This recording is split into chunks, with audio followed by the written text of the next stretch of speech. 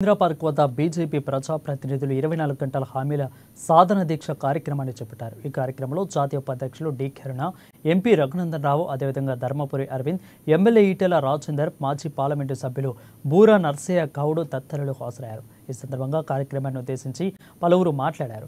ఇక రైతులకు రుణమాఫీ 20% మాత్రమే అమలు చేయిందని ఎంపీ అరవింద్ తెలిపారు. రైతులకు 2 లక్షల రుణమాఫీ అని చెప్పి ఆ పదాన్ని జోకుగా మార్చేశాడని అన్నారు.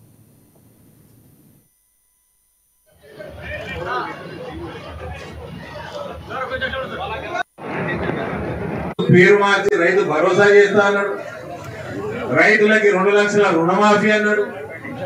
ఇవాళ అది ఉంటే ఏమో ఇది ఉంటే ఏమో నానా కండిషన్ అని పెట్టి రైతు రుణమాఫీని ఒక జోక్ గా మార్చేసి కేవలం 25% రైతులకి రుణమాఫీ చేసి 80% రైతులకి పగడామం బోనస్ ముచ్చటలేదు.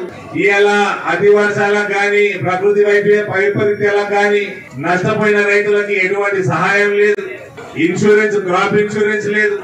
ఒక పంట అగ్రికల్చర్ పాలసీ విధానం లేదు. ప్రపంచ స్థాయిలో ఇజ్రాయెల్ గాని అమెరికా గాని అవన్నీ పోయి చూడాల్సిన అవసరం కూడా లేదు. ఇక్కడ మనకి 20-30 కిలోమీటర్ ఎంత ఉంటుందన్నా Gajwel KCR farm house 50-60 kilometre ఉంటుందా? రూపాయలు సంపాదిస్తున్నాట, దానికి ₹1 సంపాదిస్తున్నాట.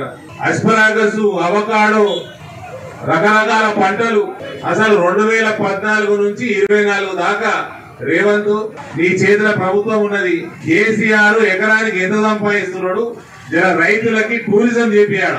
కేసీఆర్ మొదటి విడత ముఖ్యమంత్రి ఉన్నప్పుడు మా అంకాపూర్ కి పంపిస్తుండే రైతు డెలిగేషన్. ఇట్లా ఎట్లా చేస్తారు చూడు, అంకాపూర్ వాళ్ళు బ్రహ్మాండమైన వ్యవసాయం